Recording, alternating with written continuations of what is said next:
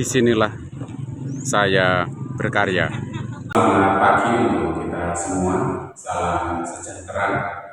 Perkenalkan, saya Heri, mahasiswa dalam program PBG dalam jabatan tahun 2025 di STPK Santo Fransiskus Assisi Semarang. Saya mengajar di SMA Panggung Santo Yosef Surakarta, dan kali ini saya akan membawakan tema pembelajaran menghormati martabat hidup dengan tidak melakukan aborsi. Adapun metode pembelajaran yang saya gunakan adalah PBL, Problem Based Learning, dan secara teknis saya menggunakan metode Flip Classroom yang mana memadukan antara sistem pembelajaran online dan tatap muka. Mari kita lihat praktek pembelajaran yang sudah saya siapkan. Terima kasih.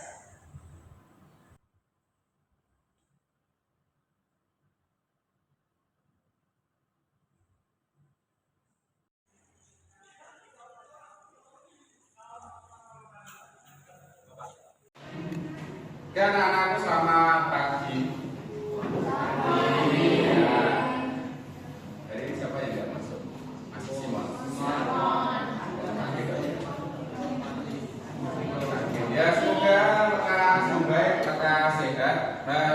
Sebagaimana tadi sudah ada doa bersama nuansa pagi atau pembiasaan pagi begitu ya, pagi ada doa, ada lagu nasional, lalu ada visi-misi sekolah, sudah semuanya disampaikan. Maka dalam proses pembelajaran ini saya tidak akan menggunakan. Yang pertama, hari ini kita akan bersama-sama belajar tentang bagaimana kita menghargai hidup dengan tidak melakukan aborsi. Sebuah tema yang cukup menarik untuk mengangkat fenomena-fenomena di mana saat ini ada peristiwa-peristiwa yang menggemparkan tentang mereka aborsi. Untuk flashback, saya mau bertanya pada kalian. Kira-kira, tidak perlu dijawab, kira-kira jiwa-jiwa korban aborsi itu kemana? Kira-kira. Ya, untuk penasaran aja. Lalu yang kedua, mengapa kita ini mesti menyembah Tuhan atau taat kepada Tuhan dan respek sama Tuhan? Dua hal ini menjadi semacam permenungan bersama untuk mengawali proses belajar kita. Dan secara khusus tujuan dari belajar kita cukup sederhana. Kita mau memahami bahwa hidup ini itu sungguh-sungguh bermartabat. Hidup ini sungguh berharga, karena berharga kita tidak boleh melakukan pembunuhan atau secara khusus temanya tentang aborsi. Proses belajar kita, saya yakin kalian tidak asing dengan istilah flip classroom. Tidak asing kan? Itu sebuah proses pembelajaran yang memadukan antara ruang kelas tatap muka dan ruang kelas online atau ruang kelas dunia digital. Makanya kenapa kemarin saya sudah menyampaikan materi ke kalian, terus proses belajar kita hari ini akan seperti apa, itu sudah saya sampaikan. Sehingga ini memang sungguh-sungguh bisa menyingkat waktu dalam proses belajar kita. Saya sungguh berharap kalian sudah membaca atau belajar mandiri sehingga hari ini semuanya berjalan sesuai dengan rencana. Langsung saja kita akan masuk ke dalam diskusi. Kan apa itu? Kasusnya sudah saya berikan, materinya sudah saya berikan, maka hari ini kita tinggal diskusi. Silakan masuk dalam kelompok untuk menjawab 7 pertanyaan. Ini kurang lebih sekitar ya seperempat jam lah.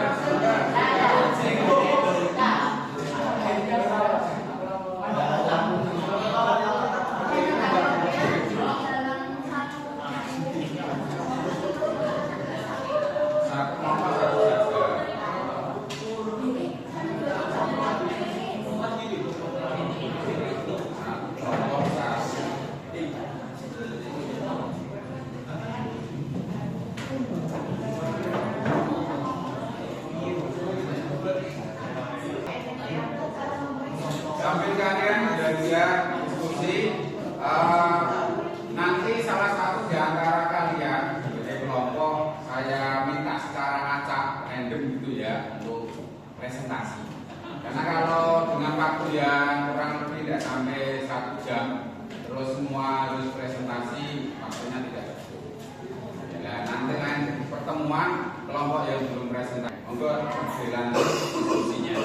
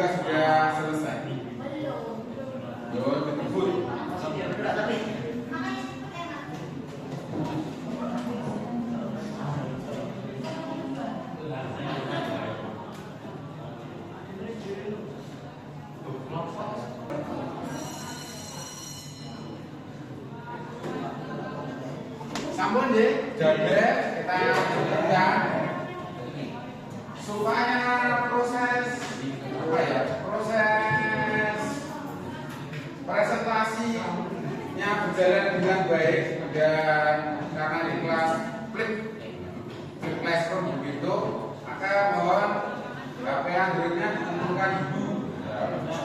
Ya, usulan itu nanti kamu tinggal game nanti presentasi tinggal game. Dikumpulkan dulu ya.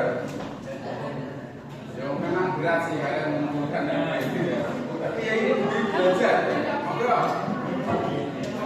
Alat teknologinya yang support tadi yang itu.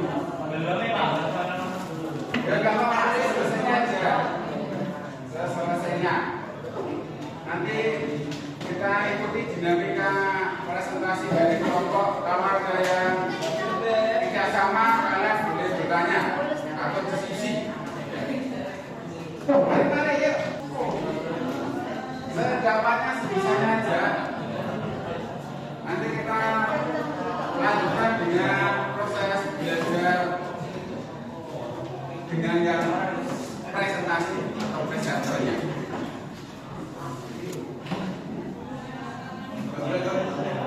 Ya, kelompok sini bukan dulu ya. Lanjut sambil sini.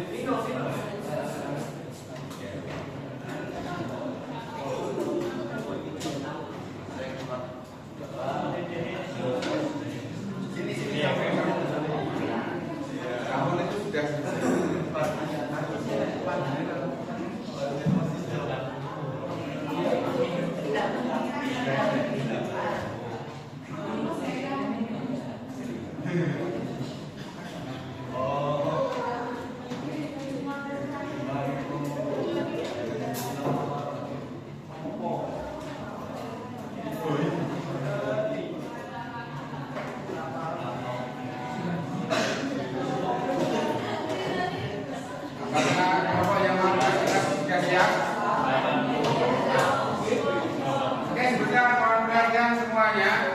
kita akan mengadakan diskusi lanjutan dengan presentasi. Terus saya sungguh berharap dinamikanya menjadi hidup ketika kalian ada satu dua hal yang mau mempertajam dengan pertanyaan-pertanyaan. Ya. Monggo, silakan.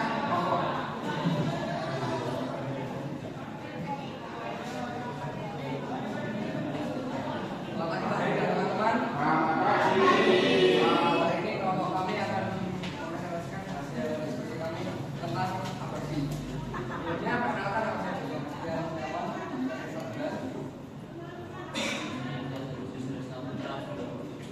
saya bisa berdoa.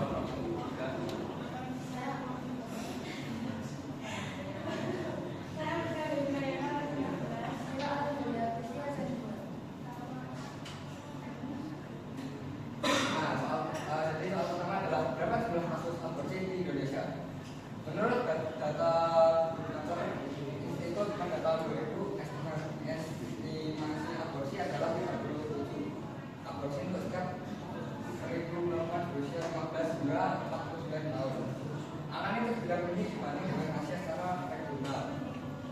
Menurut penelitian oleh ini pada 2022 menunjukkan dari 405 kehamilan yang ternyata 96% yang dilakukan oleh remaja usia 15 hingga 25 tahun. Angka kejadian aborsi di Indonesia mencapai 2,5 juta kasus. 1,5 juta diantaranya yang dilakukan oleh para remaja.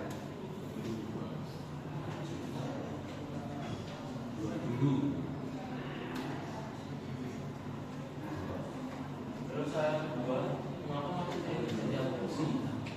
Aborsi sering terjadi karena ketidakwawasan, baik yang berkaitan dengan masalah sosial, ekonomi, kesehatan, maupun faktor pribadi. Alasan paling umum seperti kehamilan tidak ditentukan, masalah ekonomi, kurangnya hubungan keluarga, dan ketidakmampuan membawa bayi.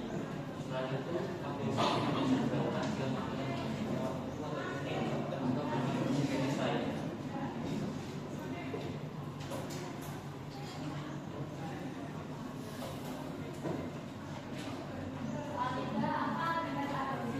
Aborsi dapat menyebabkan berbagai akibat baik fisik maupun psikologis.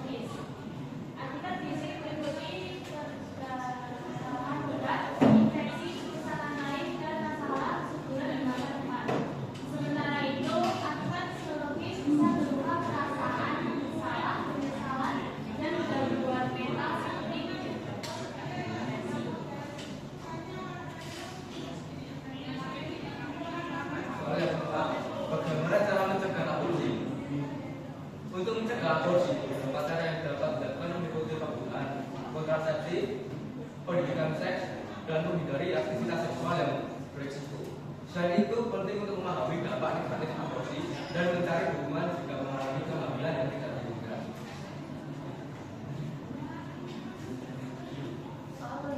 Apa hubungan aborsi dengan mata manusia? Aborsi secara langsung menyentuh martabat manusia karena menyangkut hak hidup, baik bagi ibu maupun janin. Pendapat mengenai martabat manusia ini beragam. Dengan sebagian melihat aborsi sebagai baik pelanggaran hak hidup, sementara yang lain berpendapat bahwa hak manusia untuk menentukan pilihan reproduksinya penting. Soal benar. Sambutan dasar ajaran Gereja Katolik Semarang aborsi. Berikut adalah dasar-dasar Gereja Katolik dalam melarang aborsi. 1. Hak untuk hidup. Gereja Katolik percaya bahwa setiap manusia, termasuk janin dalam kandungan, memiliki hak yang tak dapat dicabut untuk hidup. Hak ini melekat pada martabat manusia sebagai ciptaan Allah. Yang kedua, aborsi sebagai pembunuhan. Gereja menganggap aborsi sebagai bentuk pembunuhan yang disengaja, sama seperti membunuh manusia yang tidak lahir. Pembunuhan adalah dosa berat dalam ajaran Katolik. Yang ketiga, aborsi merusak martabat manusia. Tindakan aborsi dipandang sebagai pelanggaran terhadap martabat manusia dan selamat menurut agama dan hukum Allah. Gereja mengajarkan bahwa setiap manusia, termasuk janin, memiliki nilai keistimewaan yang dimakan dari Tuhan. Amin.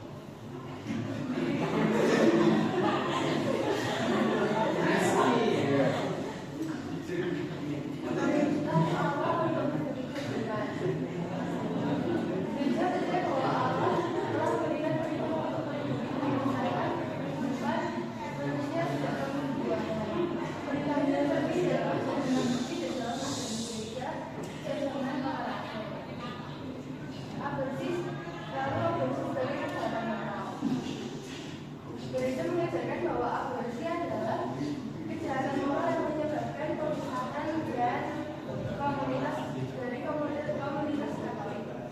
Tahun 1398 dalam kitab hukum Katolik menjatuhkan ekskomunikasi otomatis kepada umat Katolik yang melakukan aborsi. Perkembangan ilmu pengetahuan adalah gereja juga memperhatikan perkembangan ilmu pengetahuan yang semakin menegaskan bahwa janin adalah individu yang unik dan memiliki potensi untuk hidup manusia sejak awal.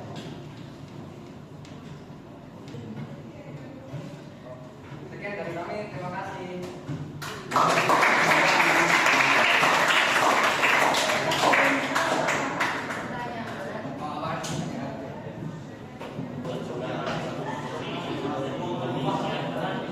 Mohon perhatian sebentar, mohon ketenangannya, supaya yang bertanya di sini bisa didengar.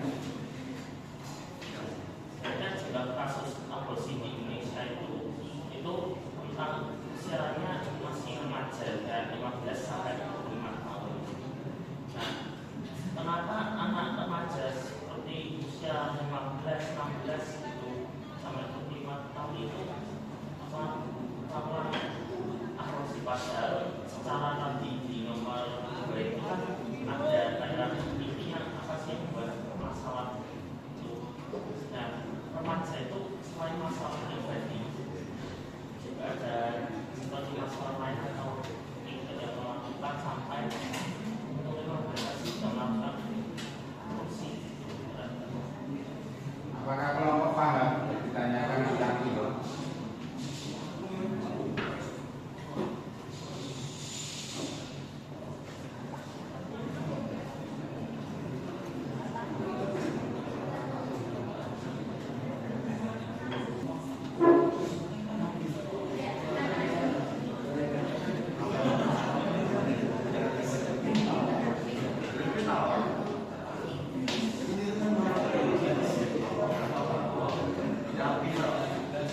Oke, gimana kelompok belajar mau menjawab? Nanti kamu jawaban kelompok kurang pas.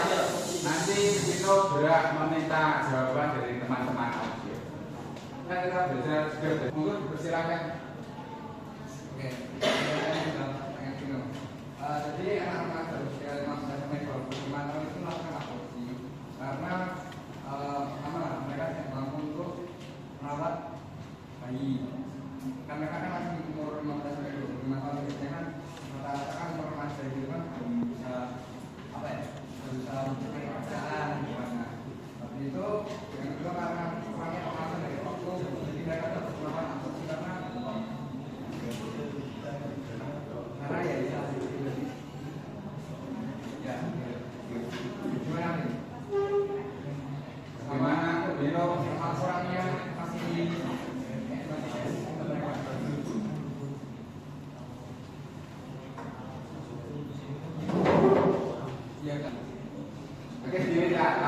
remaja. Ini sebenarnya menarik yang disampaikan Vino, dan di situ kan cuma ada datanya atau kira-kira gitu ya, untuk kita semua, khususnya ini kaitannya dengan kalian remaja.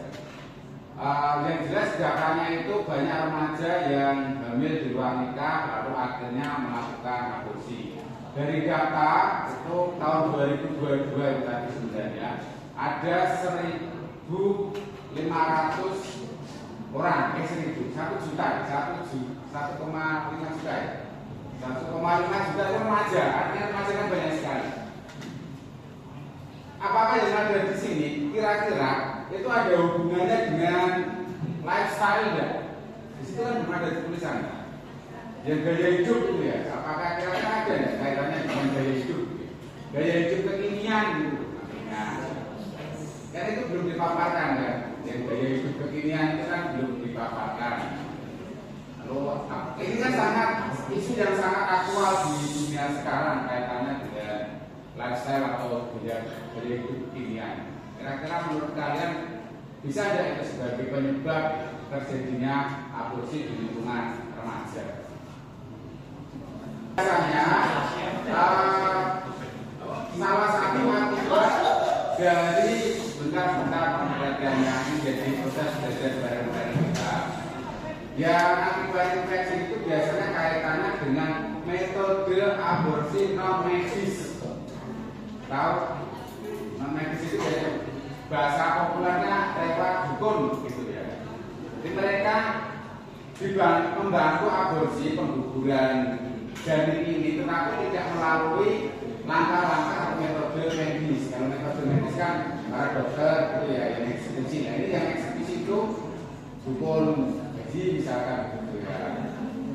Itu banyak praktek-praktek aborsi di sekitar kita ya. Ini jelas ilegal menggunakan metode non medis. Itu yang paling banyak menimbulkan akibat infeksi. Pertanyaannya gini, apakah orang-orang yang pernah melakukan tindakan aborsi ini itu ada kemungkinan bisa hamil lagi atau tidak? Karena kan ini sudah ada ini loh, macam-macam ini. Ini kan akibatnya kan kayak itu. Nah, apakah ada kemungkinan bisa hamil lagi tidak? Tergantung, oke, kalau tergantung berarti ada dua kemungkinan. Kemungkinan yang pertama bisa hamil ketika tidak mengalami hal itu gitu loh. Artinya itu kan kemungkinan, jadi tidak semua orang melakukan aborsi kena itu akibatnya itu loh. Nah, kalau alat reproduksinya baik-baik saja, tidak rusak ya, dia pernah hamil, kemungkinan besar tidak bisa hamil lagi.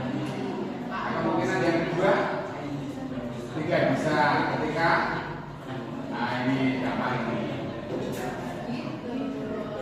Ya, dari kelompok kami, terima kasih kepada dan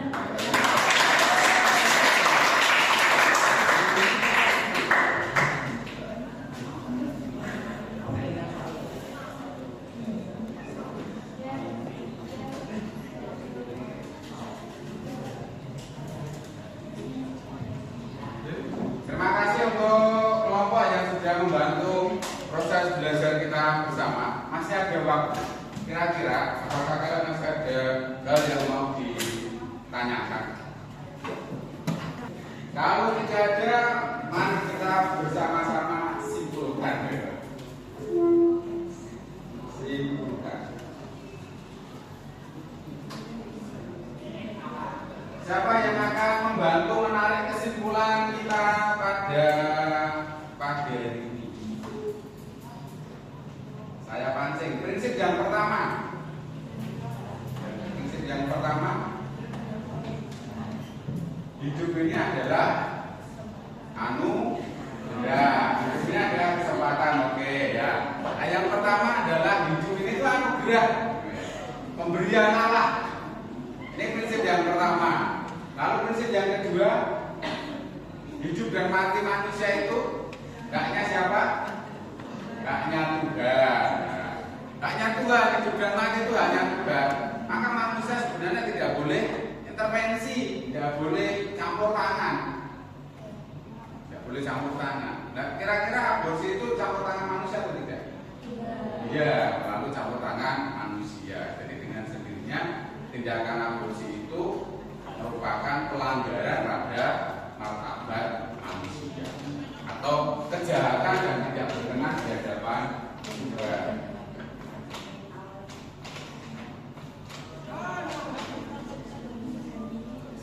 Pesan yang terakhir, kalau kalian adalah orang-orang beriman, ingat pesan yang terakhir. Stop aborsi. Silakan.